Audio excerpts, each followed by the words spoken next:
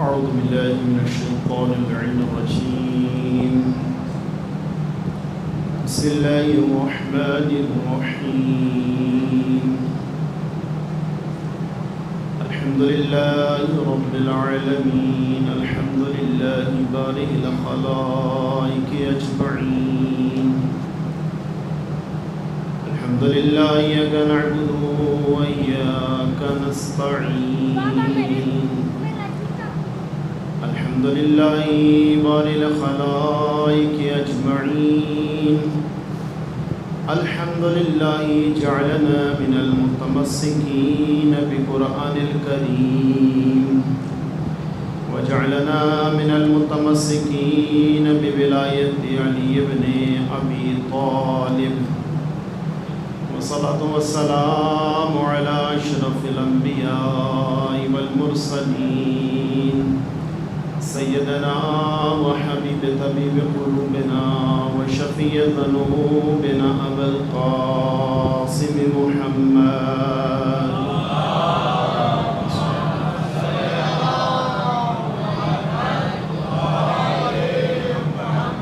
ثم الصلاة والسلام على أئمة الطيبين الطاهرين المعصومين الذين ذهب الله عنهم الرجس وطهرهم تطهيرا.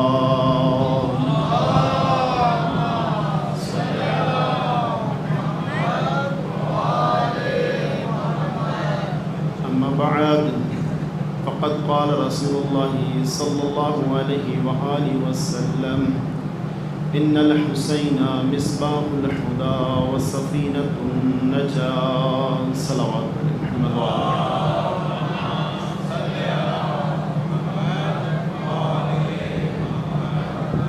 جیسے کہ آج کی شب کے حوالے سے آپ کو معلوم ہے کہ یہ معمولی شب نہیں ہے.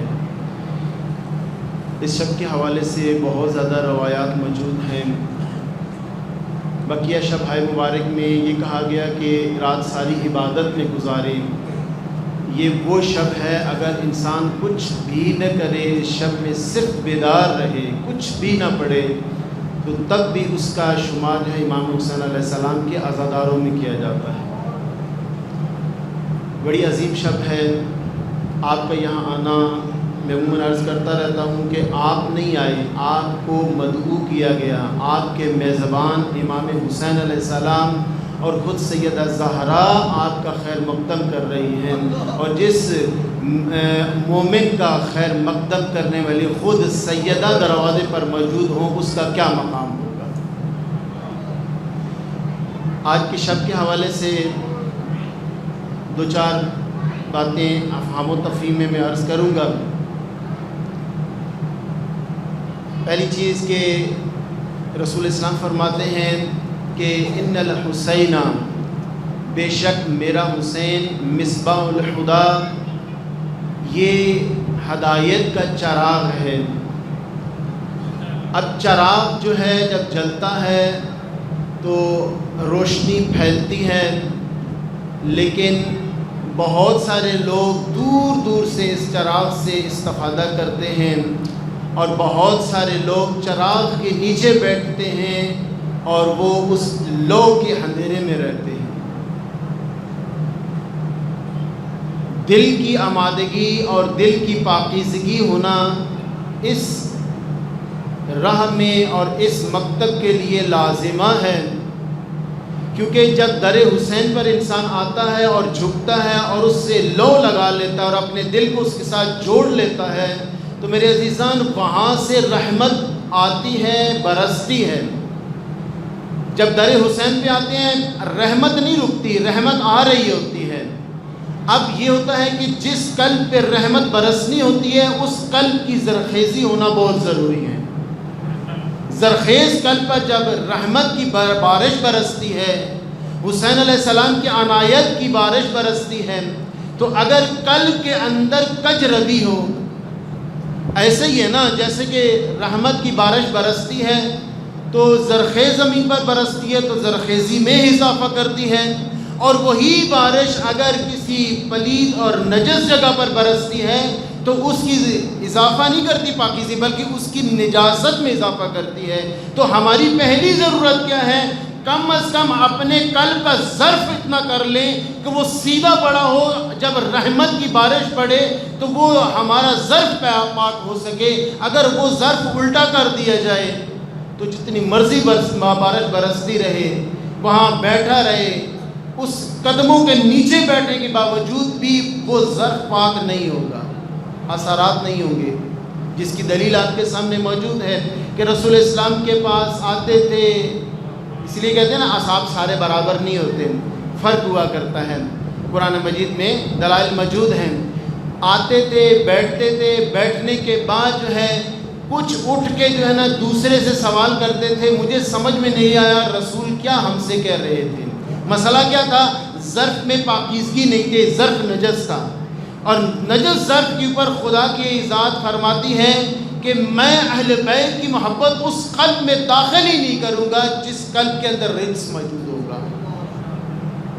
اب رجس کی بہت زیادہ مفصل بات ہے کہ رجس یعنی اس کے اندر غیبت کی پلیدگی ہوگی، تہمت کی پلیدگی ہوگی، ایک دوسرے سے نفرت کرنے کی پلیدگی ہوگی، الہ ھذا القیاس بہت ساری نجاستیں ایسی ہیں کہ جو رجس کہلاتی ہیں۔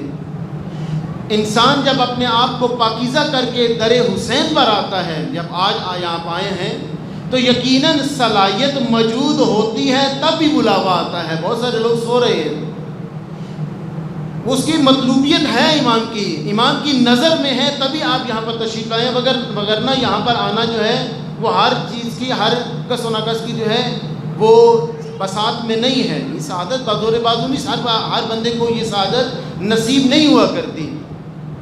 تو اسی لیے امام علیہ السلام نے اس کے باوجود کہ جو اصحاب امام کے تھے، جس کے اوپر امام نے فخر کیا کہ میرے نانا جو اصحاب مجھے ملے وہ آپ کو بھی نہیں ملے تھے، آج کی شب میں پھر بھی آزمانے کے لیے، حالانکہ جانتے تھے امامت کی نگاہ قیامت تک ہوتی ہے، دور تک ہوتی ہے، زمان و مکان کی قید میں نہیں ہوتی، وہ آنے والی اس دور کو بھی دیکھ رہے تھے، اس دور کے نوجوان کیسے ہوں گے وہ جانتے ہیں، اور اس سے آگے بھی دیکھتے ہیں۔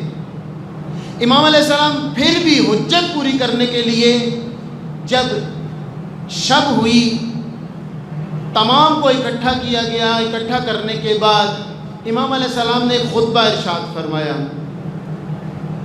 صلوات علی محمد و علی محمد۔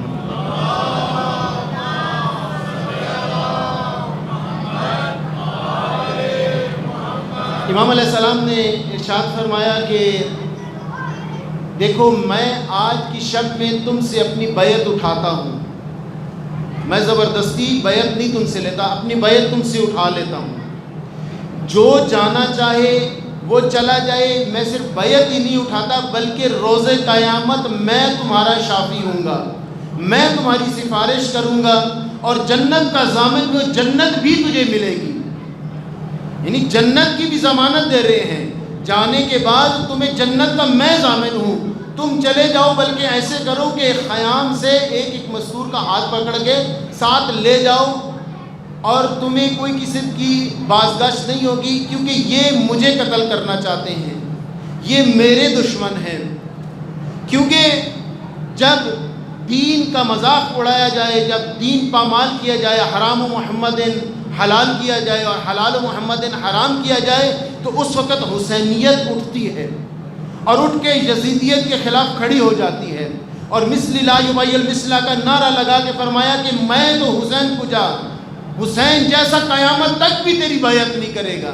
تو اس وقت امام علیہ السلام جب آئے مدینہ چھوڑ کے، تو اس وقت اصحاب کا امتحان لیتے ہوئے فرمایا کہ میں ہر چیز کی ضمانت میں چلے جاؤ۔ جب کوئی نہیں اٹھا تو جناب عباس علیہ السلام سے فرمایا کہ عباس اٹھو، چراغ گل کر دو۔ میں کہتا ہوں یہ جناب عباس علیہ السلام کا شرف تھا کہ جس پہ حسین علیہ السلام کو یقین تھا کہ عباس وہ ہیں جو کبھی مجھے چھوڑ کے نہیں جائیں گے، اسی لیے چراغ گل کرنے کو بھی جناب عباس سے کہا تھا، اور چراغ جلانے کے لیے بھی جناب عباس سے کہا تھا۔ چراغ گل کر دیا گیا۔ کچھ دیر بعد جب چراغ جلایا گیا تو سب نے خنجر اور تلواریں اپنی گردن پہ رکھی ہوئی تھی. مولا حکم کرے تو ہم ابھی گردن اپنی قلم کریں گے. ان میں سے جناب مسلم بن اوسجہ اٹھے, فرمایا کہ یبن رسول اللہ, اگر مجھے 70 مرتبہ, لفظ تاریخ کے ہیں, جناب مسلم بن اوسجہ فرماتے ہیں مجھے اگر 70 مرتبہ قتل کر دیا جائے اور میرے جسم کے ٹکڑے ٹکڑے کر دیے جائیں, بوٹیاں بوٹیاں کر دی جائیں, اور پھر مجھے دوبارہ سے سالم کیا جائے, پھر مجھے مارا جائے اور میرے جسم کے ٹکڑے ٹکڑے کر دیے جائے, اور پھر مجھ سے کہا جائے کہ تم حسین کا ساتھ چھوڑ دے, واللہ بخدا اے ابن رسول میں آپ کو کبھی تنہا نہیں چھوڑوں گا. جب بیٹھ گئے جناب زہیر ابن کین اٹھے, کہنے لگے ابن رسول اللہ, اگر مجھے 1000 مرتبہ قتل کر دیا جائے, قتل کرنے کے بعد میرے جسم کو جلا دیا جائے اور جلانے کے بعد راکھ بنا دی جائے, پھر خداوند عالم مجھے جسم دے اور یہ عمل 1000 مرتبہ کیا جائے, واللہ بخدا میں آپ کا ساتھ چھوڑنے والوں میں سے نہیں. جیسا کہ ابھی قبلہ صاحب نے بھی مفصلاً اس بارے میں بتایا کہ جناب قاسم اٹھے اور انہوں نے جب کہا کہ کیا میرا بھی نام شامل ہے, تو امام علیہ السلام نے امتحاناً میرے اور آپ کے لیے یہ جملہ فرمایا کہ اے قاسم تم موت کو کیسے پاتے ہو. یعنی جب حسین علیہ السلام سے یہ جڑ جاتا ہے, یہ صرف جناب قاسم کے لیے نہیں تھا, جناب قاسم نے یہ پیغام دیا تھا ہر آنے والے قیامت تک نسلوں کے لیے. تو یاد رکھو جو بھی حسین کے ساتھ جڑ جاتا ہے اس کے لیے موت اتنی شرعی ہو جاتی ہے جیسے شہد ہوا کرتا ہے, موت سے نہیں ڈرتے. اور جس کی تفسیر خود جناب علی اکبر نے کی, فرمایا کہ کیا ہم حق پر ہیں یا باطل پر ہیں, تو فرمایا ہم حق پر ہیں. فرمایا کہ پھر اس سے کوئی فرق نہیں پڑتا ہم موت پہ جا کے رہے یا موت ہم پہ آ کے رہے. ہم شیعہ موت سے نہیں ڈرا کرتے. چوتھے امام فرماتے ہیں جب امام علیہ السلام ایک جگہ پر جب شام کی طرف لے جایا گیا تو ایک شخص آگے بڑھ کے کہتا ہے کہ امام کو قتل کر دیا جائے. جب یہ دھمکی دی نا تو امام علیہ السلام وہاں رک گئے اور امام علیہ السلام مخاطب ہو کے کہا تم ہمیں موت سے ڈراتے ہو, موت سے تم ہمیں ڈراتے ہو, واللہ بخدا موت ہمارے گھروں میں آنے جانے والی چیز ہے, موت ہمارا شرف ہے, ہمیں موت سے نہ ڈراؤ. اور آج کے یزید یہی چیز, آج کا یزید یہی چیز ہمیں مفقود کرنے کے لیے, مان کرنے کے لیے, ڈر بٹھانے کے لیے وہ یہ سارے عمل انجام دے رہا ہے, اور وہ کوشش کر رہا ہے کہ کسی طریقے سے یہ شیعہ موت سے ڈریں, لیکن انہیں معلوم نہیں کہ یہ جس در سے متصل ہیں وہ در موت سے نہیں ڈرا کرتے. کیونکہ حسین علیہ السلام نے آج بھی حسین کو زندہ رکھا ہوا ہے, آج بھی ہمارے سروں پر حسین موجود ہیں. اسی لیے فرمایا آج بھی حسین کا بیٹا حسین موجود ہے, اور ان کی موجودگی کی وجہ سے فرمایا کہ تم جہاں بھی ہو اپنے آپ کو, اپنے جسم کو, اپنی روح کو حسین کے اصحاب سے ایسے ملا دو کہ تم جس جگہ بھی کھڑے ہو تو وہ جگہ تمہارے لیے کربلا بن جائے, وہ جگہ تمہاری کربلا بن جائے. اور کبھی بھی یہ نہ کہو کہ کاش میں کربلا میں ہوتا تو میں اپنے آپ کو اس طرح قربان کر دیتا, اپنے آپ کو امام کے قدموں پہ نچھاور کر دیتا. میرے عزیزان کربلا ختم نہیں ہوئی. کس نے کہا کربلا ختم ہوئی؟ آغا صاحب کا موضوع اس چیز کا دلالت کرتا ہے کہ ان لقتل الحسین حرارۃ فی قلوب المؤمنین لن تبرد ابدا. یہ وہ حرارت ہے کہ جو مومنین کے قلب میں تحرک کی صورت میں ابھر رہی ہے, اور یہ اس وقت تک ٹھنڈی نہیں ہوگی جب تک حسین کا بیٹا تشریف نہیں لائیں گے. اور اسی لیے یزید جو ہے وہ اپنے پوری کوششوں کے ساتھ وہ لگا ہوا ہے کہ کسی طریقے سے یہ حسینی کارواں رک جائے, اور اس کے نتیجے میں کبھی کورونا چھوڑ دیتا ہے, ابھی پھر کورونا کی بحث چھڑ پی ہے. کورونا کوئی نہیں ہے، وہ علیحدہ بات ہے. خوف کی وجہ سے ویسے بھی جو ہے نا انسان ڈر جاتا ہے اور بہت ساری چیزیں جو نا. کورونا ابھی نہیں ہے، ابھی صرف بغض ہے. ابھی حسینی کارواں کو روکنے کے لیے ایک طریق ہے کہ جلوس رک جائیں، آزاداری رک جائے، ماتمداری رک جائے، مجالس رک جائے، لوگ حسینیت کا ہر گلی گلی کوچا کوچا نام لینا چھوڑ دیں. اور یہ کورونا چھوڑا بھی اسی لیے گیا پوری محنت کے ساتھ. آپ کے ساتھ سامنے موجود ہے کتنے کروڑ ہائے انہوں نے پیسے خربوں جو ہے وہ ڈالر ملین ڈالرز لگائے کہ کسی طریقے سے پھر انہوں نے آن لائن کلاسز کروا کے اس آن لائن کلاسز کی آڑ میں آ کے ہمارے بچوں کو انہوں نے گیمز اور گیمز کے اندر جو ہے مختلف قسم کی چیزیں جو ہے وہ چھوڑ دیں. اب بچہ سامنے کلاسز لے لیں، در پردہ وہ بچہ کلاسز نہیں لے رہا ہوتا، وہ اس کا کارندہ بن رہا ہوتا ہے. اور ماں باپ بھی خوش ہیں بھئی بچہ ہمارا کلاس لے رہا ہے، لیکن کلاس نہیں لے رہا ہوتا. یزید آج کا وہ ہمارے بچوں کے اندر اسے معلوم ہے کہ اگر یہ بچے حسینیت کا پیغام لے کے گھر سے نکلیں گے تو یہ بچے وہ ہیں کہ جو امام زمان کے سپاہی ہیں. اگر یہ بچے باہر نکلے تو ہم انہیں روک نہیں سکتے. اب انہوں نے یہ طریقہ اختیار کیا، کتنے پیسے لگائے، لیکن ایک بیان آقا راہبر کا تھا. ایک بیان انہوں نے فرمایا کہ ترانہ تیار کیا جائے، اس ترانے کو ایسے طریقے سے جو ہے وہ دھن بنائی جائے اور ہر بچے کی زبان پر اسے جاری کرایا جائے. وہ اتنے پیسے ایک ترانہ جاری کیا گیا. وہ بچے جو امام سے دور کرنے کی کوشش کی جا رہی تھی اور کر بھی دیا تھا امام سے دور، بہت دور کراتے دیا، لیکن ایک ترانے کی وجہ سے وہ تمام بچوں کو اکٹھا کر دیا گیا اور نتیجہ کیا نکلا؟ ان کے سارے پیسے اور ساری محنتیں دھری کی دھری رہ گئیں. تو انہیں معلوم ہونا چاہیے کہ اللہ نے ایک نظام بنایا ہے جس نظام کو ولایت کہتے ہیں. ولایت علی ابن ابی طالب وہ راہ ہے جس راہ پہ انسان چل جاتا ہے. تو فرمایا ولایت علی ابن ابی طالب حصنی فمن دخل حصنی آمن من عذابی. جو ولایت راہ علی ابن ابی طالب میں آ جاتا ہے ہر قسم کی چیزیں اسے دور ہونے لگ پڑتی ہیں. اور ولایت وہ چیز ہے، وہ رستہ وہ چیز ہے جس کو بتانے کے لیے اگر آج امام موجود نہیں ہے، وہ علماء جو ایکسپرٹ ہوتے ہیں، جو جانتے ہیں، جنہیں معلوم ہے کہ یہ راہ حسینی کو کس طرح راہ ولایت کو کس طرح چلنا اور کس طرح اپنانا ہے، جو اس راہ کو بتانے والے ہوتے ہیں انہیں ولی فقیہ کہتے ہیں.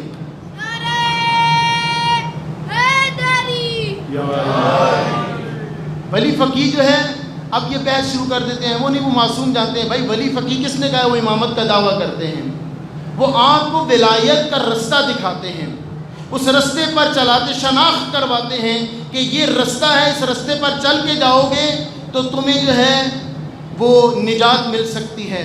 اور نجات کس طرح؟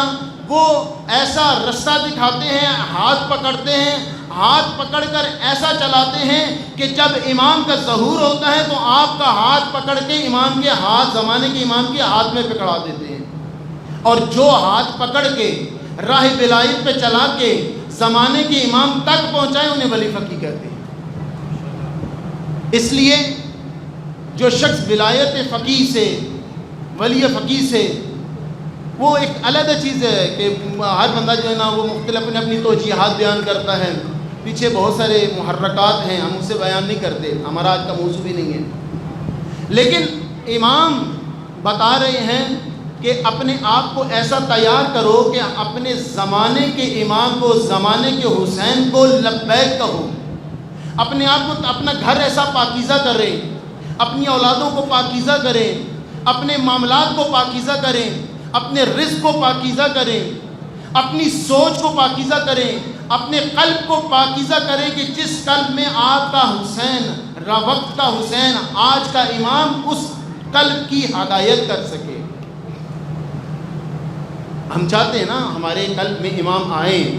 میں نے ایک واقعہ پہلے بھی عرض کیا تھا کہ امام علیہ السلام تیار ہیں. امام علیہ السلام آج بھی کربلا میں شب عاشور کی طرح آج بھی ہمارا امتحان لے کے چاہتے ہیں کہ وہ ہمارے میں شامل ہو جائے. لیکن مسئلہ کیا ہے؟ بہت سارے مدینہ سے جب چلے تھے تو مدینہ سے چلتے وقت صرف 72 نہیں آئے تھے، 72 کربلا تک پہنچے تھے، اور کربلا میں 72 شہید نہیں ہوئے تھے، روایات کے الفاظ ہیں اس کے بعد دائیں بائیں سے اور بھی شامل ہوئے تھے، اس کی تعداد بڑی ہوئی ہے، آپ تاریخ میں پڑھیں گے۔ 72 تو وہ ہیں کہ جو مدینہ سے جو بیچ میں چھانٹی کرتے کرتے جو کربلا آگے پہنچے تھے وہ 72 تھے، لیکن دائیں بائیں سے جو آگے پیچھے سے آئے تھے وہ اور زیادہ تھے، تعداد 72 سے زیادہ ہے۔ اس لیے 72 کا جو لفظ ہے وہ ان کربلا تک جب پہنچے مدینہ سے وہ تھے، لیکن مدینہ سے 72 نہیں چلے تھے، کافی زیادہ چلے تھے، بہت زیادہ چلے تھے۔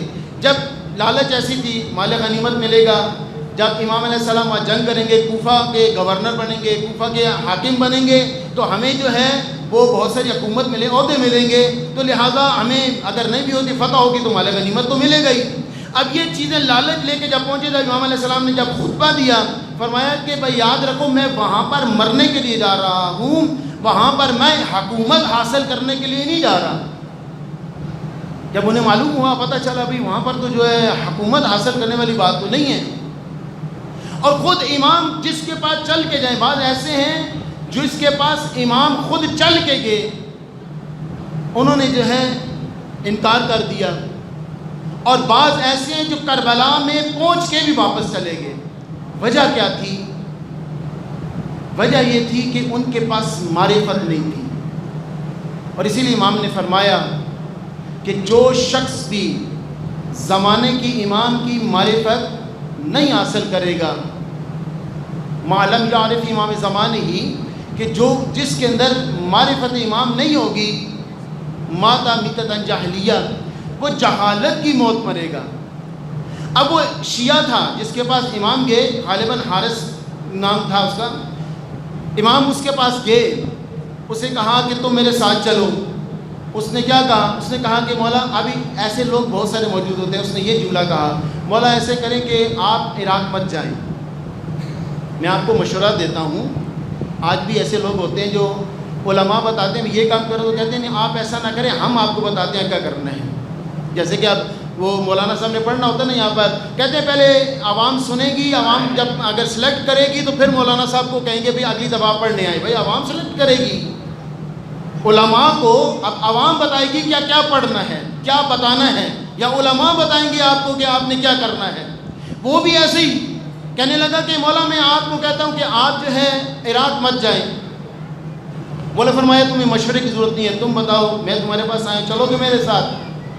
ان کا مولا ایسا ہے کہ آپ جانا چاہتے ہیں تو پھر آپ مستورات کو مت لے کے جائیں۔ مولا فرمایا یہ بھی مشورہ میں تجھ سے لینے نہیں آیا، جو میں کہہ رہا ہوں وہ بات تمہیں منظور ہے۔ اس نے اگلا جملہ کہا، کہنے لگا اچھا ایسا ہے، میں تو نہیں جا سکتا، میرے کچھ معاملات ہیں، میں ان معاملات میں الجھا ہوا ہوں، تو آپ ایسا کریں، میرے پاس بڑا زبردست عرب کا بہترین گھوڑا ہے، بڑا تیز ترین ہے، اور آپ کا بڑا ساتھ دے گا، آپ اگر جانا ہی چاہتے ہیں تو پھر آپ یہ گھوڑا لے جائیں۔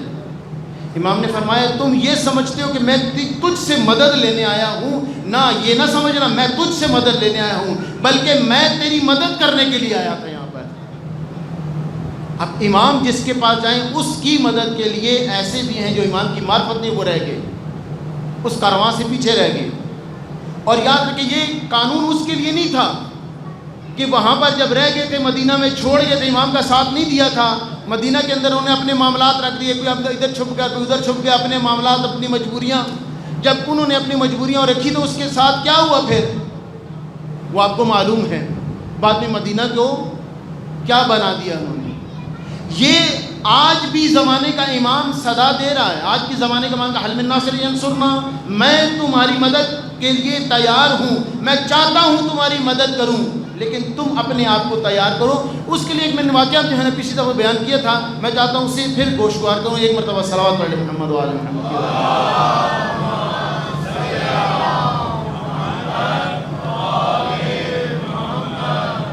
ایک شخص میری طرح دعائے نطبہ پڑھنے والا، بڑا عبادت کرنے والا، دعویٰ کرنے والا، جی میں بڑا امام کا محب ہوں،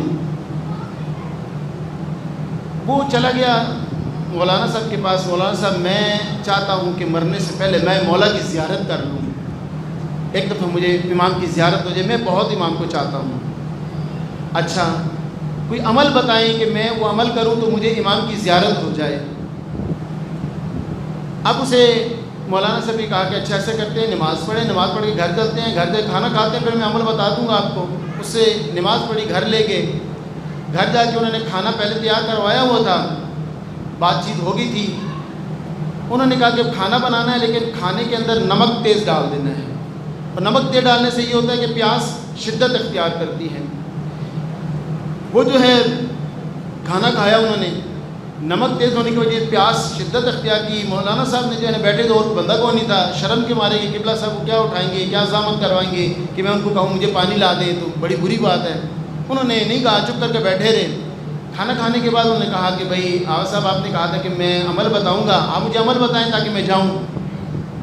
مولانا صاحب نے کہا اچھا عمل یہی ہے کہ یہاں سے اٹھے ہو بھی، اٹھ کے سیدھا گھر جانا، کہیں اور نہیں جانا، آپ نے سیدھا گھر جا کے اپنے بستر پہ سو جانا ہے، کسی سے بات بھی نہیں کرنی، اور بالخصوص تو نے پانی نہیں پینا، اگر پانی پیو گے تمہارا عمل ٹوٹ جائے گا۔ وہ گیا اور گھر جا کے سو گیا بستر کے اوپر، سویا، اور سونے کے بعد صبح اٹھا تو فجر کی نماز کے لیے نماز ہوئی جماعت کے ساتھ۔ جماعت کے بعد آغا صاحب کے پاس گیا، آغا صاحب آپ نے کہا تھا کہ یہ عمل کرو، پانی بھی نہیں پینا، میں نے تو پانی بھی نہیں پیا، بات بھی نہیں کی، چپ چاپ جا کے بستر پہ سو گیا۔ تو میں نے تو رات کو کچھ بھی، مجھے امام کی زیارت ہوئی نہیں ہے۔ اچھا تم نے کیا پھر دیکھا رات کو، تم نے امام کی زیارت نہیں ہوئی؟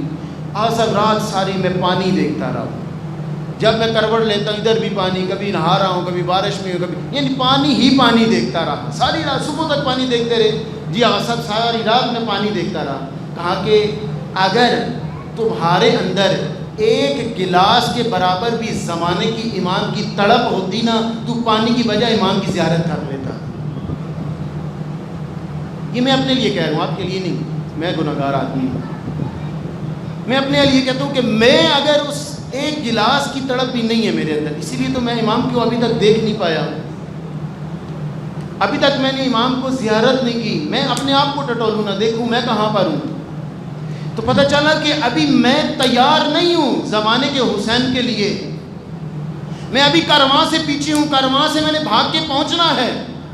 زہیر ابن کین کا یہی مسئلہ تھا نا، زہیر ابن کین بھی اب امام کے کارواں، امام کا آگے آگے تھا۔ زہیر ابن کین کا جو تھا اپنا کارواں تھا، یعنی اپنا ایک بیوی تھی، بچے تھے، ساتھ جو سپاہی تھے، وہ اپنا خیمہ کچھ دور فاصلے پر لگا کے جا رہے تھے، اور ان کو بار بار تاکید کی تھی جہاں حسین کا خیمہ لگے میرا خیمہ وہاں پر نہیں لگائے، میرا خیمہ تھوڑا دور لگائیے گا۔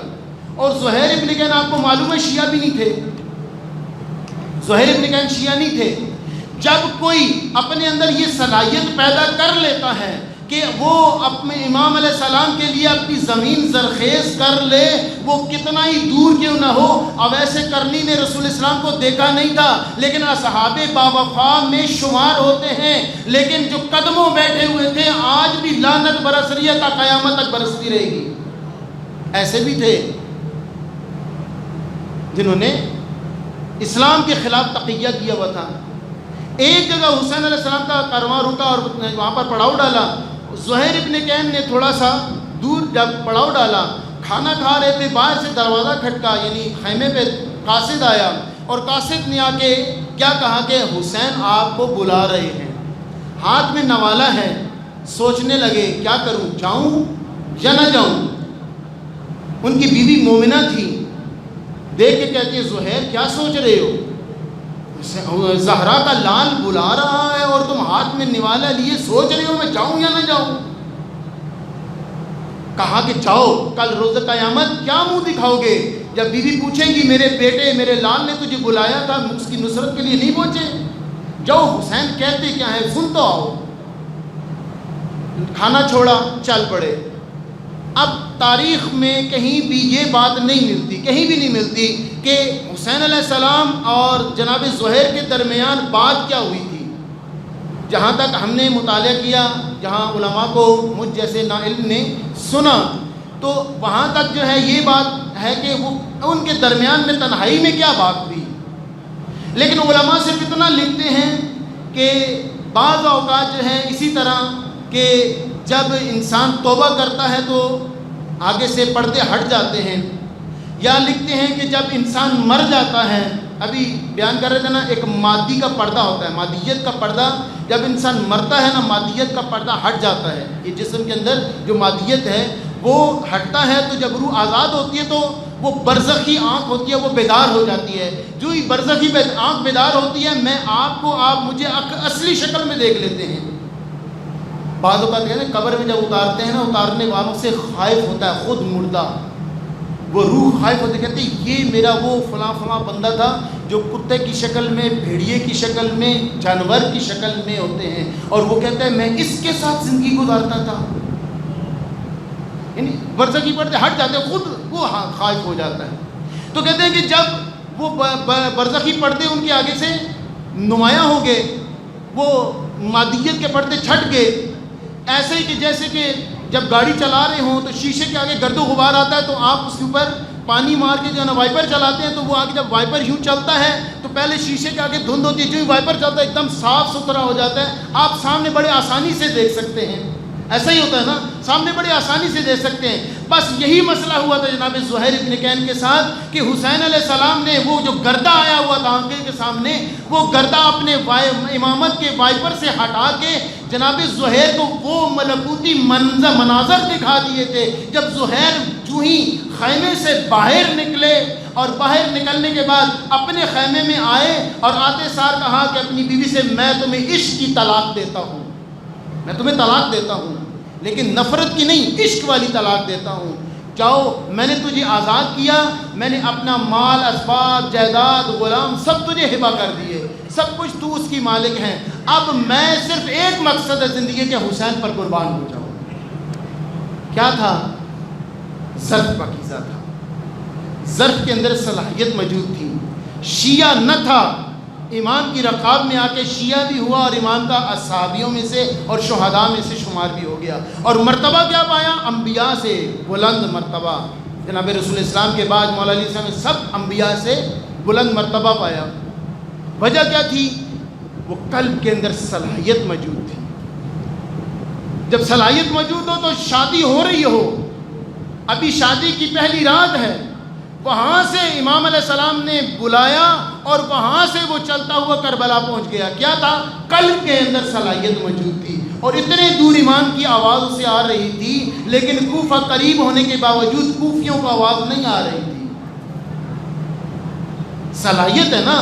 امام علیہ السلام قلب کی پاکیزگی چاہتے ہیں. پتہ چلا جو قلب نجس ہوتا ہے, جس قلب کے اندر رجس ہوتا ہے, اہل بیت کی محبت اس میں داخل نہیں ہوتی, اور جس قلب میں داخل نہ ہو میرے عزیزان وہ قلب مردود ہو جایا کرتا ہے, وہ رد کر دیا جاتا ہے. اس قلب کو امام تسلیم نہیں کرتے. میں نے پیچھے یہاں مجلس پڑھی تو میں نے ایک بات کی, میں چاہتا ہوں آپ کے سامنے دوبارہ اسے رپیٹ کر کے بتاؤں, کیونکہ ہم زمانے کے امام کے ساتھ متصل ہیں. زمانے کا حسین آج بھی ہمارے اوپر حاکم ہے, ہمارے اعمال سے آگاہ ہے. وہ سورج کی مانند ہے جو روشن اتنا ہے کہ اگر بادل بھی آ جاتے ہیں گناہ کے درمیان میں تو وہ روشنی ماند نہیں ہوتی. ہاں وہ میرے تک پہنچنے میں جو ہے نا وہ بادل آ جاتے ہیں, اس کی محسوسات اور اس کی جو ہے نا ہدایت رواں دواں ہوتی ہے, لیکن جب توبہ کرتے ہیں چھٹ جاتے ہیں وہ ڈائریکٹ روشنی قلب پہ پڑتی ہے اور اسے نورانی کرتی ہے. کسی شخص نے سوال کیا کہ آقا جان میں جو ہے, کسی نے پوچھا بھائی تم نے یہ گناہ جو غیبت کرتے ہو کیوں کرتے ہو؟ تو اس نے جواب دیا کہ اس لیے کہ مجھے شیطان گمراہ کر دیتا ہے, اس لیے میں گناہ انجام دیتا ہوں. اس نے کہا اچھا تم جو جھوٹ بولتے ہو اس پہ کیوں تم جھوٹ بولتے ہو؟ وہ کہتا ہے بھائی جھوٹ اس لیے بولتا ہوں کہ شیطان گمراہ کر دیتا ہے. تم نے فلاں شخص کو قتل کیوں کیا؟ تو وہ کیا جواب دیتا ہے؟ اس لیے کہ شیطان مجھے گمراہ کر دیتا ہے. ابھی پیچھے وہ میڈیا بھی چلا تھا نا, جب آپ نے ایک شخص جو ہے گورکھ تھا, وہ وہاں پر جو ہے قبرستان میں تازے مردے جب دفنائے جاتے تو ان کے نکال کے بے حرمتی کرتا تھا. جب اس کو پکڑا تو میڈیا کے اوپر اس سے جب سوال کیا گیا نا تم نے یہ کیوں کیا, اس نے کہا شیطان نے مجھے بہکا دیا تھا, شیطان نے مجھے گمراہ کر دیا تھا. اب سوال کرنے والا سوال کرتا ہے جب شیطان تجھے گمراہ کرتا ہے وہ تمہیں خط لکھ کے بھیجتا ہے تم یہ کام کرو؟ وہ کہتا نہیں ایسی بات نہیں ہے. کیا شیطان تجھے واٹس ایپ پہ میسج کر دیتا ہے اس لیے کرتے ہو؟ کہتا یہ بات نہیں ہے. بھائی کیا ہوا؟ شیطان آتا ہے ہاتھ پکڑے کہتا ہے چلو یہ کام کرو, کہتا ہے نہیں شیطان نے کبھی ہاتھ پکڑے گمراہ نہیں کیا, تو پھر کیوں کرتے ہو ایسا؟ تو وہ کہتے ہیں الذی یوسوس فی صدور الناس، شیطان وہ ہے جو غیب میں رہ کر وہ قلوب کو گمراہ کرتا ہے اور اسے گمراہ کی طرف دعوت دیتا ہے. خود غائب ہی ہوتا ہے، قلب کے اندر جو ہے وہ گمراہی پیدا کرتے ہیں. تو بتانے والا کہتا ہے بھائی جو شخص جو شیطان غیب میں رہ کے تیرے قلب کو گمراہ کرتا ہے، اللہ نے اپنے ولی کو اسی لیے بھیجا تو خوب غیبت کے پردے میں رہ کے تمہارے قلب کو ہدایت بھی کرتا ہے.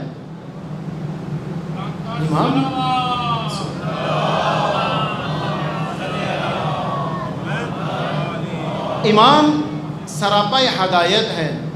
اس کے لیے شرط نہیں ہے آپ جائیں نجف میں، کربلا میں، مشہد میں، قم میں جائیں، کاظمین میں جائیں تو امام کی زیارت کریں گے تو آپ کو جو ہے ہدایت حاصل ہوگی، ورنہ یہاں سے نہیں ہوگی. نہ میرے عزیزان، ایسا کوئی ایسا فلسفہ نہیں ہے.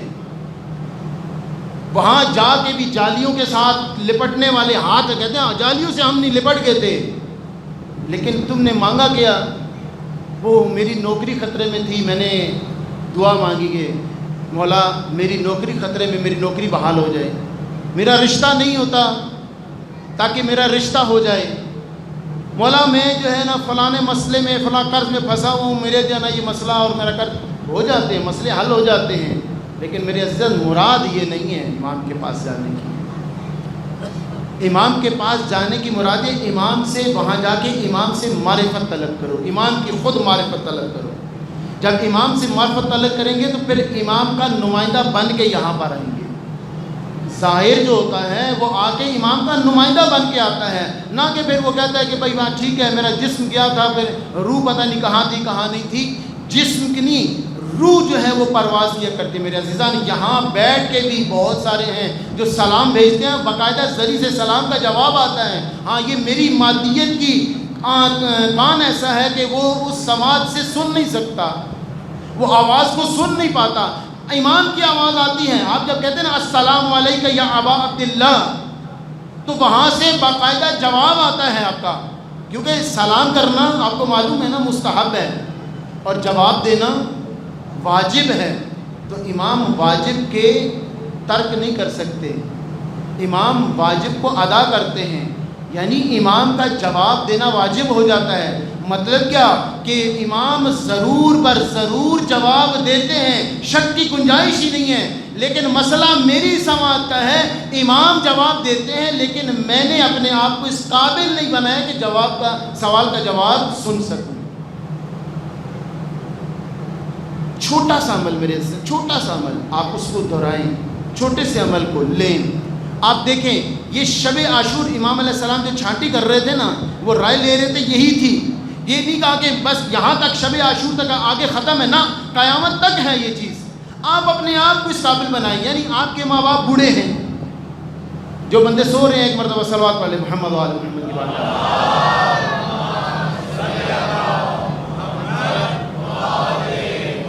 آپ کے ماں باپ میں ایک بھی بوڑھا ہے اور آپ کو پتہ ہے کہ باپ کی حیثیت جو ہے وہ آپ کی دعاؤں کی مستجابت کا ذریعہ ہے. اگر باپ اپنے بچے کے حق میں دعا کر دے تو باپ کی اتنا مقام اور عزت ہے اللہ کی بارگاہ میں کہ فرمایا کہ میرے نزدیک اس باپ کی اپنے اولاد کے درمیان میں ایسی حیثیت ہے جیسے ایک نبی کی امت کے درمیان ہوتی ہے. نبی دعا کرے تو خدا رد نہیں کرتا، باپ اپنے بیٹے کے حق میں دعا کرے تو خدا کی ذات کبھی رد نہیں کرتی. میں اس لیے کہتا ہوں اپنے ماں باپ کو ناراض نہ کیا کریں، اپنے ماں باپ کی جائز فرما برداری کیا کرے. ہاں اگر وہ نافرمانی کہتے شرک کرنے کے لیے کہتے ہیں وہ آپ کے لیے واجب نہیں ہے، لیکن اس کے علاوہ ماں باپ کا حکم ماننا واجب ہے. ایک شخص نکلا زیارت کے لیے امام حسین علیہ السلام کی، تو اس وقت زیارت کے لیے آپ کو پتہ ہے سواری نہیں ہوتی تھی، پیدل جایا کرتے تھے، یا سواری ہوتی تھی گھوڑا، یا اس وقت جو ہے گدھا ہوا کرتا تھا. یعنی گدھے سے مراد آج کی جو نا میران گاڑی کر لیں اور گھوڑا جو ہے نا وہ ایکسلائی کر لیں آپ. ہاں اس طرح کی تیز ترین چیز جو ہوتی ہے جیسے کہ آپ تو اس وقت جو ہے وہ گدھا بھی بہت بڑی غنیمت ہوا کرتی تھی. آپ کسی کو میران گاڑی تو پہلے اس کے پاس گاڑی تو ہے نا، اس کے پاس سواری تو ہے، سواری بڑی اہم ہوتی تھی. وہ جب زیارت کے لیے اس نے کچھ ذات راہ اکٹھا کیا، اس نے کہا چلے میں امام کی زیارت کے لیے چلتا ہوں. اس نے ایک شخص سے گدھا لیا وہ زادرہ کے لیے، یہ میں اس کے بیٹھ کے جاؤں گا۔ اس سے کمٹمنٹ یہ ہوئی کہ بھائی جب میں یہ جاؤں گا گدھے پہ ہوگا تو ایک بندہ بیٹھے گا، ایک کے علاوہ دو نہیں بیٹھیں گے۔ اس نے کہا ٹھیک ہے، میرے گدھے پر دو سواریاں نہیں کرنی، آپ نے ایک ہی کرنی ہے۔ اس نے کہا میں اکیلا ہی ہوں گا۔ جب وہ چلنے لگا تو باپ نے پیچھے سے آواز دے کے پوچھا بیٹا کہاں جا رہے ہو؟ میں جا رہا ہوں امام کی زیارت کے لیے۔ تو باپ کہنے لگا بیٹا میں تو بوڑھا ہو گیا ہوں، ہو سکتا ہے اگلے سال میں مر جاؤں، میرے سانس کا کوئی پتہ نہیں کس وقت ختم ہو جائے، مجھے بھی اگر زیارت پہ لے جاؤ، میں بھی آج آخری مرتبہ ہو سکتا ہے آخری زیارت ہو، میں بھی امام کی زیارت کر لوں، مجھے بھی لے چلو۔ اب باپ تھا، کہا کہ میں انکار تو نہیں کر سکتا۔ اس نے جو ہے نا اپنے باپ کی فرما برداری کرتے ہوئے کہا کہ ٹھیک ہے آپ چلیے۔ اس نے سوچا ایسے کریں گے کہ والد کو گدھے پر بٹھا دوں گا، خود پیدل چل کے جو ہے نا چل کر پڑیں گے، ہماری کمٹمنٹ بھی رہے گی اس بندے کے ساتھ۔ جانے لگے باپ بیٹا، تو ماں کی آواز آ گئی بیٹا کہاں جا رہے ہو؟ باپ بیٹا زیارت کے لیے جا رہے ہیں۔ بیٹا میں بوڑھی ہوں، ماں باپ اور بیٹا دونوں زیارت کے لیے، مجھے چھوڑ جا رہے ہو؟ انکار نہیں کر سکتا تھا، ماں تھی بوڑھی تھی اور سوال کیا کہ مجھے بھی زیارت کے لیے لے کے جاؤ۔ نے کہا چلے ٹھیک ہے۔ اب اس سوچنے لگا میں کیا کروں۔ اب اس نے کہا کہ ایسے کرتے ہیں، باپ کو جو ہے گدھے پر بٹھا دوں گا، خود پیدل چلوں گا اور ماں کو اپنے کندھوں پر سوار کر کے سفر شروع کر دیا۔ بڑی خوش اسلوب ہے، تنگی نہیں دل میں کہ یہ کیا مصیبت ہے، اب میں جو ہے تھک جاؤں گا۔ یعنی آج کل تھوڑا سا جو نا باپ کی ماں کی یعنی بوڑھے ہو جاتے ہیں نا تھوڑے سے، اب بوڑھا ہونے کے بعد تھوڑی سی خدمت کرنی پڑ جاتی ہے، کیا مصیبت ہے، کب مرے گا جان چھوٹے گی۔ ایسے ہمارے خاندان میں بھی بہت سارے گزرے ہیں، تو جب مر گئے اس کے اوپر اولاد نے آنسو تک نہیں بہائے، کب مرے گا جان چھوٹے گی۔ نہ میرے یہ بچوں کے لیے سوال کرتا ہوں، یہ ماں باپ اگر آپ کو نصیب ہوئے ہیں، یہ آپ کا حج مقبول آپ کے گھر میں بیٹھا ہے، آپ ان سے خدمت کر کے حج مقبول کا ثواب حاصل کریں۔ سارے پیسے بھی بچیں گے، سفر بھی بچے گا، ہر قسم کی پریشانیاں بچیں گی۔ خدا نے آپ کے لیے حج مقبول سے زیادہ ثواب ان ماں باپ کی خدمت میں رکھا ہے۔ فرمایا کہ وہ چل پڑے۔ کہتے ہیں کہ جب وہاں گئے تو جو ہی حرم میں داخل ہوئے، سامنے زری تھی، زری پر سلام کیا، السلام علیکہ یا ابا عبداللہ الحسین۔ جو ہی سلام کیا وہاں سے جواب آیا وعلیکم السلام، اس سے سلام کا جواب سنا، اور اس نے یہ بھی دیکھا کہ امام سے سلام کا جواب نہیں سنا، بلکہ یہ بھی دیکھا کہ امام قبر مطہر سے تشریف لاتے ہیں اور زری سے باہر آتے ہیں اور باہر آ کے اس کا خیر مقدم کرتے ہیں۔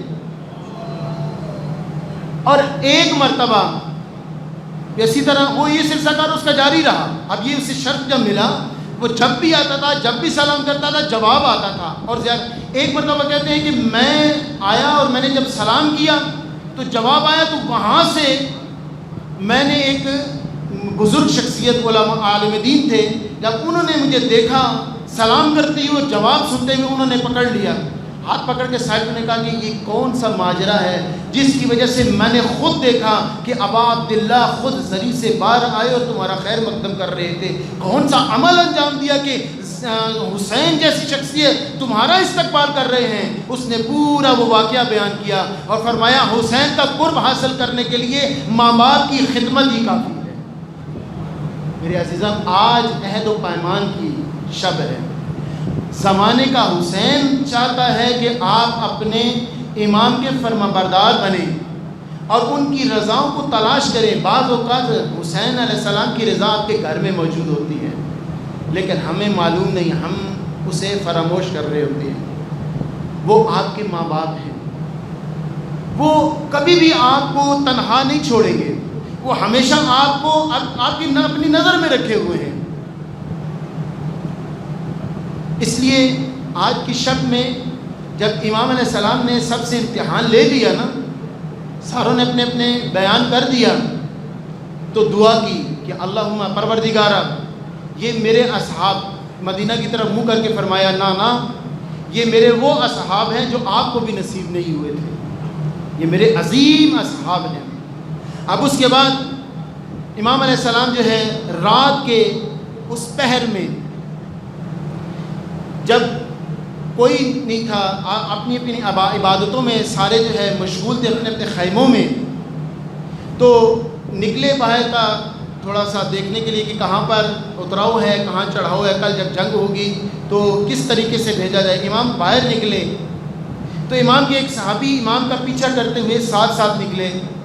تو امام علیہ السلام جانتے تھے، ابھی آغا صاحب نے ایک جملہ بیان کیا تھا نا کہ جو اللہ کا ولی ہوتا ہے اس کا پورا جسم نظر ہوتی ہے، آنکھیں ہوا کرتی ہیں۔ امام علیہ السلام سمجھ گئے میرے پیچھے ہے تو وہ تو امام ہیں، جن کی وجہ سے آنکھیں ملتی ہیں، وہ خود کیا ہوں گے آپ اندازہ لگا سکتے ہیں۔ امام نے پتہ چل گیا میرے پیچھے آ رہے ہیں، امام علیہ السلام نے طلب کیا، بلایا نام لے کے، کہا مولا میں اس لیے آیا ہوں کہ پراشوب حالات ہیں، کہیں کوئی آپ پر حملہ نہ کر دے، میں آپ کی حفاظت کے لیے آیا ہوں۔ جب کہا کہ ٹھیک ہے، کہا کہ میں یہ دورہ کرنے کے لیے نکلا تھا کہ دیکھوں حالات کیسے ہیں۔ اب کرتے جب امام علیہ السلام اپنی بہن کے خیمے کے پاس ہوئے، کہا کہ آپ دور کھڑے ہو گئے اور امام علیہ السلام خیمے کے اندر تشریف لائے۔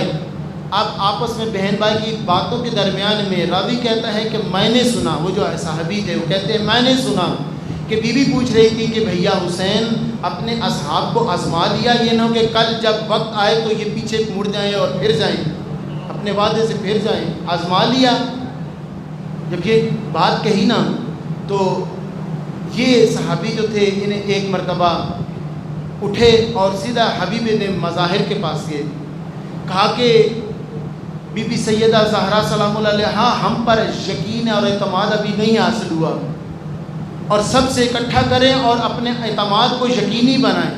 جناب حبیب ابن مظاہر تمام اصحاب کو اکٹھا کیا، باہر خیمے کے باہر جو ہے سب کو جو ہے اکٹھا کر کے فرمایا کہ بی بی اگر آپ حکم دیں تو ہم ابھی اپنی گردنیں قلم کر دیتے ہیں۔ اب یقین جب ہو گیا میرے عزیزان، اس کے بعد یہ شب جو امام علیہ السلام نے دی تھی کہ امام جانتے تھے، امام اسی کو کہتے ہیں کہ جو آخری نسل تک نظر کرتے ہوں۔ جیسے مولا علی علیہ السلام جب جنگ کر رہے تھے نا تو جنگ کرتے کرتے جنگ صفین کے اندر جناب مالک اشتر جو ہے وہ گاجر مولی کی طرح کاٹتے ہوئے جا رہے تھے آگے۔ امام علیہ السلام جب اس کے بعد جب گنتی کی گئی تو چند اصحاب جو ہے وہ جو قتل جنہیں کیا تھا جو پھر نار ہوئے تھے، وہ چند جو ہے وہ امام کے زیادہ تھے، ایک دو جو کہہ سکتے ہیں آپ، ان کے کام تھے مالک اشتر۔ تو کہنے لگے مولا اگر میرے بھی ایک دو زیادہ ہوتے آج میری بھی تعداد آج کی تعداد کے برابر ہو جاتی۔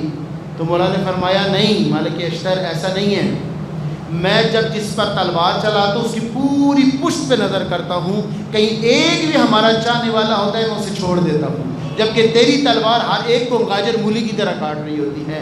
امام دور تک دیکھ رہے تھے، دور تک نظر تھی، اسی لیے رات مانگی نہیں تھی، اس چیز کو دیکھ رہے تھے ابھی کچھ رہتے ہیں جو ہمارے اس لشکر میں شامل ہونا ہے انہوں نے، اس لیے امام علیہ السلام نے اور مہلت دے دی انہیں، بھئی ایک آج کی شب جو نا اور دیں۔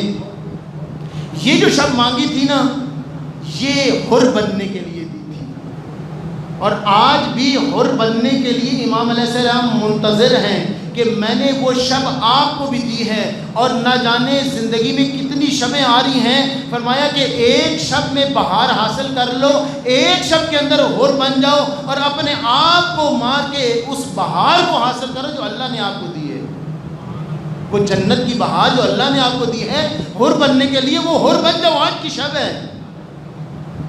یہ جو آپ عبادات کر رہے ہیں، آج جو بیٹھے ہیں لمحہ بہ لمحہ ایمان کی یاد میں بیٹھے ہیں، یہ آپ کو حر بنا رہی ہیں، آپ کے اندر صفات رذیلہ کو ختم کر رہی ہیں اور صفات حسنہ کو آپ کے اندر ڈال رہی ہیں۔ پتہ تو تب چلے گا نا کہ جب یہ شب گزرے گی، روز عاشور گزرنے کے بعد، شام غریبہ کے بعد، جب 11 محرم میں آپ کے معاملات کیسے ہو جاتے ہیں، آپ کو خود بخود پتہ چل جائے گا کہ میں نے حسین کی کتنی معرفت حاصل کی، میں نے حسین کو کتنا مانا، میں نے حسین کے ساتھ عہد و پیمان کتنا کیا، وہ خود بخود ظاہر ہو کے سامنے آ جائے گی۔ میرے عزیزاً میں عرض کر رہا امام آپ سے غافل نہیں ہے، میں غافل ہوں۔ وہ ایک تاجر تھا، بینک والا، منیجر تھا وہ اس وقت، ٹھیک ٹھاک اس کے پاس پیسہ تھا. یہ کچھ عرصہ پہلے کی بات ہے، یہ تقریباً 30 سال پہلے کی بات ہے، یہ جو واقعہ بھی بیان کر رہا ہوں. وہ جو ہے نا شخص کرتے کراتے اس بیچارے پر جو ہے کچھ ایسے حالات پڑے کہ وہ بالکل غریب ہو گیا، پیسے ہی نہیں رہے. آخر اپنی بیوی سے کہنے لگا کچھ جمع پونجی آگے پیچھے سے اکٹھی کرو، کچھ چیز بیچ بٹا کے مجھے دو، تو میں امام رضا علیہ السلام کے حرم میں جانا چاہتا ہوں، بس میں وہاں پر ایک حاضری ہو جائے، اس کے بعد مجھے موت آ جائے، مجھے حاجت نہیں ہے. اب اس کی بیوی نے کچھ پیسے اکٹھے کر کے دیے، وہ چلا گیا. مجھے یہ واقعہ جو ہے ایک برادر نے سنایا ایک عالم دین کے حوالے سے. میں چاہتا ہوں یہ واقعہ بھی آپ کو بتائیں کہ امام آپ کے کتنے قریب ہیں، یہ مجھے بھی نہیں معلوم کتنے قریب ہیں.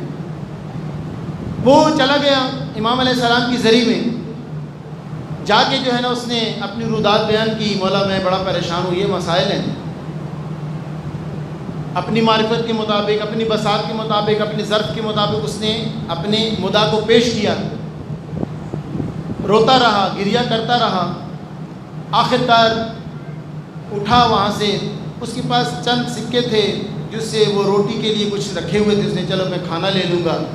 بھوک لگی تو وہ اٹھا اور اس نے جیب میں ہاتھ مارے تو وہ سکے سے نہیں ملے، کسی نے نکال لیے. کیا ہوا؟ رونے لگا، مولا اس غربت کے عالم میں اب میں اور غریب ہو گیا، جو میں نے چند سکے رکھے ہوئے تھے وہ بھی کیوں نکال کے لے گیا؟ مولا آپ نے میرے ساتھ تھوڑا سا حفاظت فرماتے اور یہ میرے سکے چوری نہ ہونے دیتے. تھوڑا سا اس نے گلہ کیا. پریشان ہو کے اس نے ہاتھ مارا تو ایک سکہ جو ہے، اس وقت وہ ٹیلی فون جو کیا جاتا نا وہ سکہ ڈالے کرتے تھے، پھر اس کے بعد کال ہو جایا کرتی تھی. ایک سکہ اسے نکلا. اسے کہا اسے روٹی بھی نہیں ملے گی تو ایسے کرتا ہوں میں کہیں کال ملا لیتا ہوں.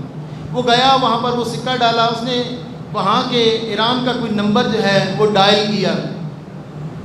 اس نے جب ایران کا نمبر ڈائل کیا تو اس نے ایک شخص نے اٹھایا، اسے بتایا یار میں اس مجبوری میں پھنسا ہوا ہوں اور یہاں پر موجود ہوں. اس نے کہا اچھا ایسا کرو جہاں پر تم ہو وہیں رکو، میں وہاں پر سے آتا ہوں. اتنے میں کہتے ہیں تھوڑی دیر گزرے گا کہ خواہ مخواہ میں بیٹھا ہوں، کوئی بندہ آتا تو ہے نہیں. جب اٹھ کے جانے لگا تو اتنے میں دیکھا کہ ایک بڑی سی کار آئی اس کے پاس، کی پوچھا بھی تمہارا نام یہ؟ ہاں یہی میرا نام ہے. چلے بیٹھے. وہ کار میں خود نہیں آیا، وہ ڈرائیور بھیجا، اسے جو ہے نا بٹھا کے لے کے گئے. بڑا امیر ترین وہاں کا مشہد کا بہت امیر ترین جو ہے وہ شخص تھا. وہ وہاں پر پہنچے، دیکھا کہ بڑا اچھا بہترین محل تھا. وہ اندر داخل ہوا، اس کی بیزرائی کی، اس کا خیر مقدم کیا جو مالک تھا، اور اسے کھانا کھلایا، بٹھایا. بٹھانے کے بعد اس نے اپنی رودات بیان کی. وہ جو شخص جس نے گاڑی بھیجی اس نے رودات بیان کی. اس نے کہا کہ بھائی اصل میں یہ تھی میرا بیٹا بیمار تھا، اسے شرکان تھا، میں نے بڑے ٹیسٹ کروائے. جب بھی ٹیسٹ کرواؤں تو اس کے جو ہے نا وہ سارے پازیٹیو آتے تھے. پریشانی، وہ اس کی بیماری ختم ہی نہیں ہوتی، موت کے دہانے پر چلا جا رہا تھا. بڑا پریشان ہوا. میں ہر جگہ گیا، جہاں ملک دوسرے ملکوں میں بھی جا کے میں نے کیا، لیکن نہیں. آخر میں نے امام علیہ السلام سے توسل کیا کہ مولا میرے اس بیٹے کو شفا عطا کریں پروردگار کی جانب سے. آپ خدا کی بارگاہ میں میرے لیے شافی بنیں اور تاکہ پروردگار اس بچے کو شفا عطا کرے. تو مولا کے توسل سے پروردگار نے میرے بیٹے پر رحم کیا اور یہ اس کا جب ٹیسٹ کروایا اور نیگیٹو آیا اور وہ ٹھیک ہو گیا. اتنے میں وہی بچہ کھانا لے گیا، کہا یہی میرا بیٹا ہے جس کو اللہ نے شفا دی ہے. میں نے مولا سے یہ وعدہ کیا تھا آپ کا جو بھی ظاہر آئے گا میں اس کی مدد کروں گا. تو کچھ عرصے کے بعد میں نے کچھ پہلے کرتا رہا، بیچ میں بھول گیا، یاد ہی نہیں رہی کہ میں نے یہ امام سے وعدہ کیا تھا. اب تمہارا جب فون آیا تو مجھے یاد آ گیا، تو میں نے تجھے طلب کیا اب بتاؤ میں تیری کیا مدد کر سکتا ہوں. اس نے کہا بھی میرے اتنے کچھ پیسے جو ہے نا مقروض ہو چکا ہوں، کروڑوں کے حساب سے اس نے بتایا، اور اتنا جو ہے نا میں پریشان ہوں، اگر میری مدد کر دیں میں قرضہ میرا اتر جائے. اس نے وہ پیسے بھی دیے. اس نے کہا کہ دوبارہ اپنا کاروبار ادھر لانے کے لیے تمہیں کتنے پیسے ضرورت ہیں. اس نے وہ بھی پیسے بتائے، اس نے وہ بھی پیسے اسے دیے اور وہاں سے چلا. اور امام کی جو ہے وہ شکریہ ادا کرتے ہوئے جب میں کہنے کا مقصد یہ ہے کہ امام ہمیں یاد رکھتے ہیں، اپنی نظر میں رکھتے ہیں. امام ہمیں بھولتے نہیں ہیں۔ میرے عزیزان، مسئلہ یہ ہے کہ میرے اندر کچھ اعمال ایسے ہیں، کچھ طریقہ کار ایسے ہیں کہ جس کی بنا پر میں امام سے دور ہو جاتا ہوں۔ یعنی جب گناہ کرتا ہوں تو میں امام سے دور ہو جاتا ہوں، اور گناہ کرتا ہوں اور دور ہوتا ہوں، جب توبہ کرتا ہوں تو پھر قریب آ جاتا ہوں۔ تو اسی لیے امام فرماتے ہیں کہ ہم سے دور نہ ہوا کرو، ہم نے تجھے دور نہیں کیا، تم دور ہم سے ہوتے ہو۔ اپنے آپ کو ہمارے ساتھ اس طرح جوڑ دو کہ جس طرح بچہ جو ہے وہ اپنی ماں سے متصل ہوتا ہے، شیر خوار بچہ جو ہے وہ اپنی ماں سے ایک پل کے لیے بھی جدا ہونے کے لیے تیار نہیں ہوتا، اس طرح اس بچے کی طرح ہمارے ساتھ متصل کر دو۔ ضرورت اسی امر کی تھی کہ آج کی شب حقیقتاً عہد و پیمان کی شب ہے۔ آج امام سے عہد کریں کہ میں نے مولا جو پچھلی زندگی گزری، 40 سال، 50 سال، 30 سال، 25 سال، جو بھی میری زندگی ہے جو گزر گئی، میں تائب ہوتا ہوں اور آئندہ میں اپنی زندگی میں بہار لانے کی کوشش کروں گا، یہ خزاں والی زندگی میں ختم کر دوں گا۔ میرے عزیزان یاد رکھیں، وہ بڑی مہربان ذات ہے۔ ایک لحظے کے لیے آپ متوجہ ہو جاتے ہیں تو خدا کی ذات جو ہے نا آپ کو فرماتے ہیں یا عبادی الذین اسرفوا۔ اس سے محبت بھرا جملہ کہیں بھی آپ کو نہیں ملے گا۔ قرآن مجید میں اتنا محبت بھرا جملہ، یا عبادی الذین اسرفوا۔ ایک جگہ یہ فرمایا کہ اے میرے بندے، پہلی بات مایوس کہا میرے، جو کچھ بھی ہے بندے تو میرا ہے، عبادی میرے بندے، اسرفوا علی انفسہم، اپنے نفس پر ظلم کرنے والے، لا تقنطوا من رحمت اللہ، جب تو میرے پاس آتا ہے تو مایوس نہ ہوا کر، امید لے کے آیا کر۔ میری بارگاہ میں مایوسی گناہ ہے، تو آ جا بس میری بارگاہ میں، امکانات فراہم کرنا میرا کام ہے، تو بس آ جا میرے پاس۔ اور ایک جگہ فرمایا کہ اے میرے بندے، کس چیز نے تجھے اپنے کریم پروردگار سے غافل کر دیا؟ کریم پروردگار سے، بھلا اس پروردگار کا مقابلہ کوئی شے کر سکتی ہے؟ میں اپنے مقصد کی طرف آ رہا ہوں کہ مولا کے پاس ایک شخص آیا اور شخص آ کے یہ کہتا ہے، دیکھیں توبہ کی شب ہے آج کی، امام رو رہا ہے، چپ بھی نہیں کر رہا۔ مولا فرماتے کیا ہو گیا بندے خدا؟ میرے سے بہت بڑا گناہ ہو گیا۔ کتنا بڑا گناہ ہو گیا؟ مولا اتنا بڑا گناہ ہو گیا کہ میں بیان نہیں کر سکتا۔ کیا تیرا گناہ بارش کی قطروں سے زیادہ تھا؟ زیادہ ہے؟ کہنے لگا مولا شاید بارش کی قطروں سے بڑا گناہ ہے میرا۔ فرمانے لگے کیا درختوں کے پتوں سے بھی زیادہ؟ کہنے لگا مولا شاید اس سے بھی زیادہ۔ میں نے فرمایا بندہ خدا کیا ریت کے ذرات سے بھی زیادہ ہے تیرا گناہ بڑا؟ رو کے کہتا ہے مولا شاید اس سے بھی بڑا۔ تو مولا ایک مرتبہ جوش سے کہتے ہیں کہ کیا خدا کی رحمت سے بھی بڑا گناہ ہے؟ مولا فرماتے ہیں کہ اس کی رحمت ہر چیز پر غالب ہے، اپنے غضب پر بھی غالب ہے۔ اس کی رحمت آگے آگے چلتی ہے، غضب پیچھے پیچھے آتا ہے۔ وہ اپنی رحمت میں بندے کو پہلے لپیٹتا ہے اور اس کے بعد کہتا ہے کہ اب تجھے میں نے بخش دیا، ان اللہ یغفر الذنوب جمیعا۔ جب تو میری رحمت کے سائے میں آ جاتا ہے تو میں نے سب گناہ بخش دیے۔ پھر شک نہ کر کہ میں گناہ گار ہوں، بخشا گیا ہوں یا نہیں، اس نے سب بخش دیا۔ اور پھر بھی اگر کہیں رہ جائے تو یہ در حسین دیا ہے۔ آؤ در حسین پر، جہاں پر رحمتیں، مغفرتیں اور خدا کا لطف جو ہے وہ بے بہا ہے۔ اس صف پہ آنے کے بعد کوئی بندہ بھی یہ نہ سوچے کہ خدا نے میری سنی یا نہیں سنی۔ اس صف میں آنے کے بعد ہر بندہ مقرب ہوتا ہے۔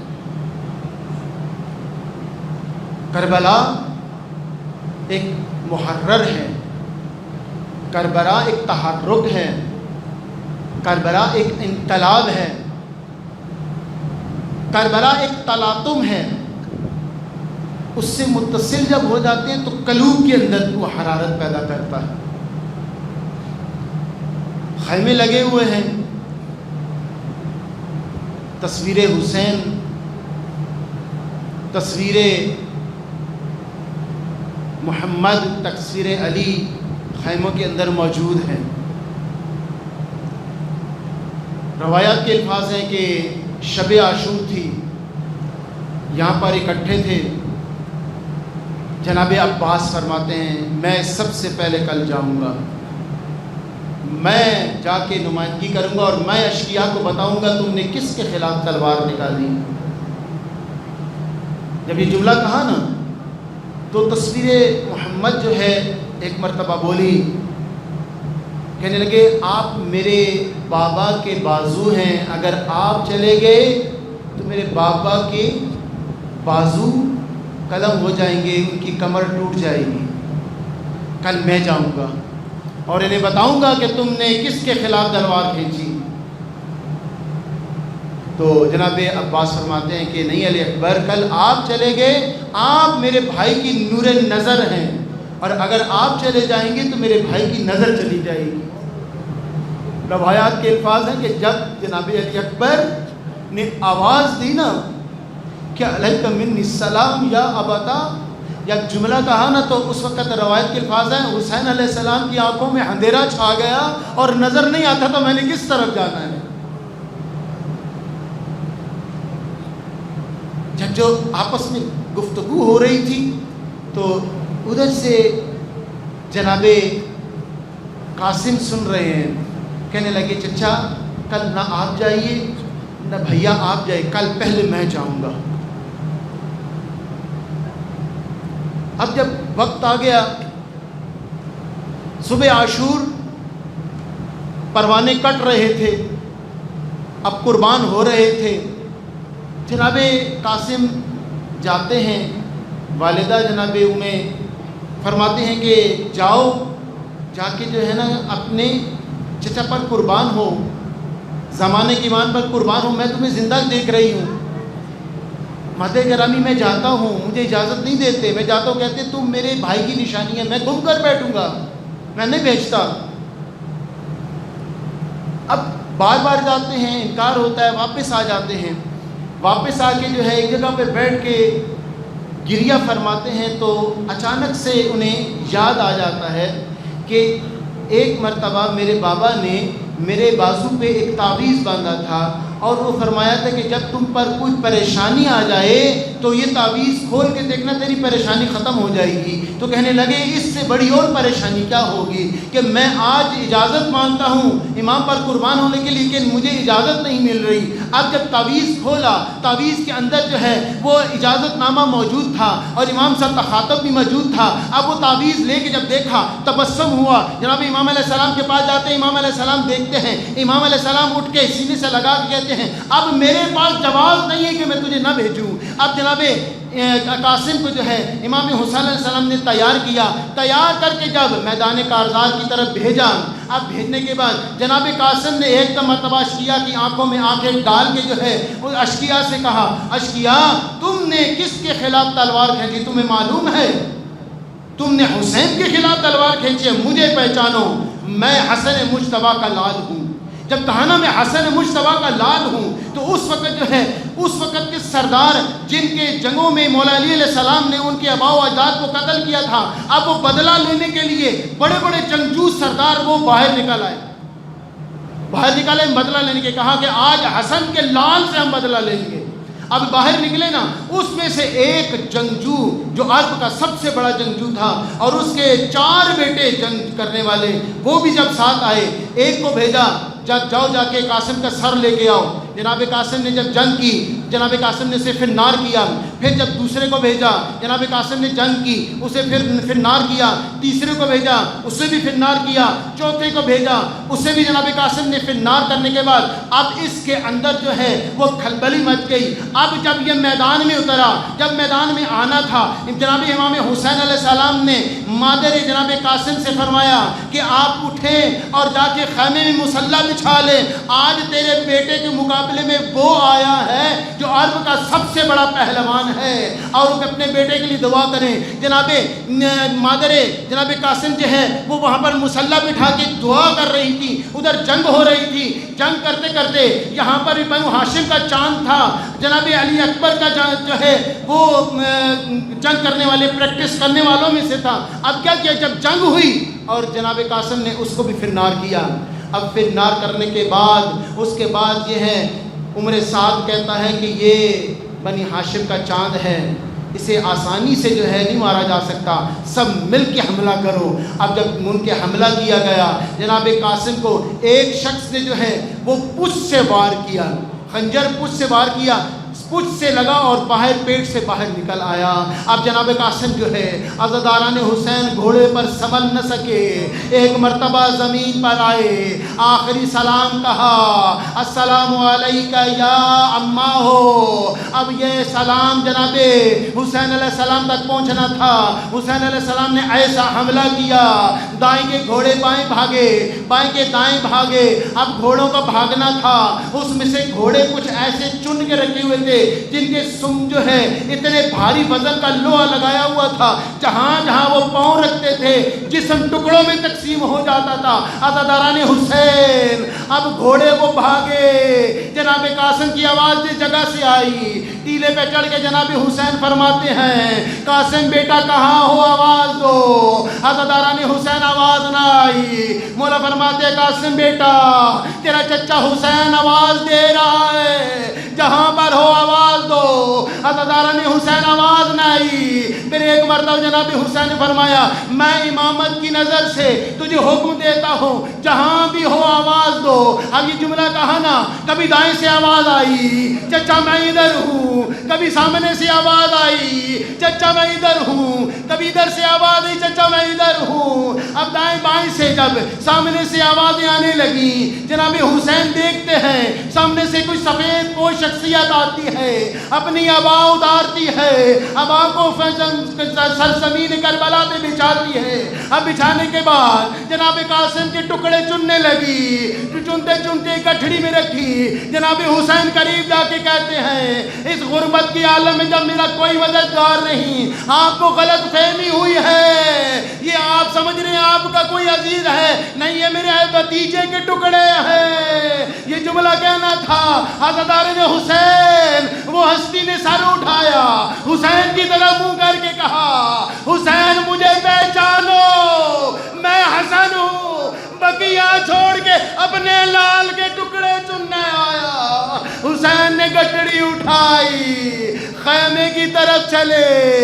جناب ام فروا دیکھ کے کہتی ہے کہ مولا میرے بیٹے نے وفا نہ کی۔ فرمایا نہیں فروا، جس طرح تیرے بیٹے نے وفا کی ایسے کسی نے نہ کی۔ اب خیمے کے دروازے پر ہے، جب پتا چلا میرے لال کے ٹکڑے آئے، جناب فروا کو نظر نہیں آ رہا، کبھی اس طرف جاتی ہیں کبھی اس طرف۔ پوچھا کہ فروا کہاں، کیوں نہیں اندر آئی؟ جناب زینب کہتی ہے، فروا اندر کیوں نہیں آ رہی؟ کہا میری آنکھوں کا نور چلا گیا، میرا بیٹا کہاں؟ اب پاس لائے، ٹٹول ٹٹول کے ٹکڑے اٹھائے، میرے قاسم کا یہ پاؤں ہے، میرے قاسم کا یہ بازو ہے۔ چم چم کے کہتی تھے، قاسم بیٹا واقعتاً آج جیسے تو نے وفا کی اپنے امام کے ساتھ، ایسی وفا کسی نے نہ کی تھی۔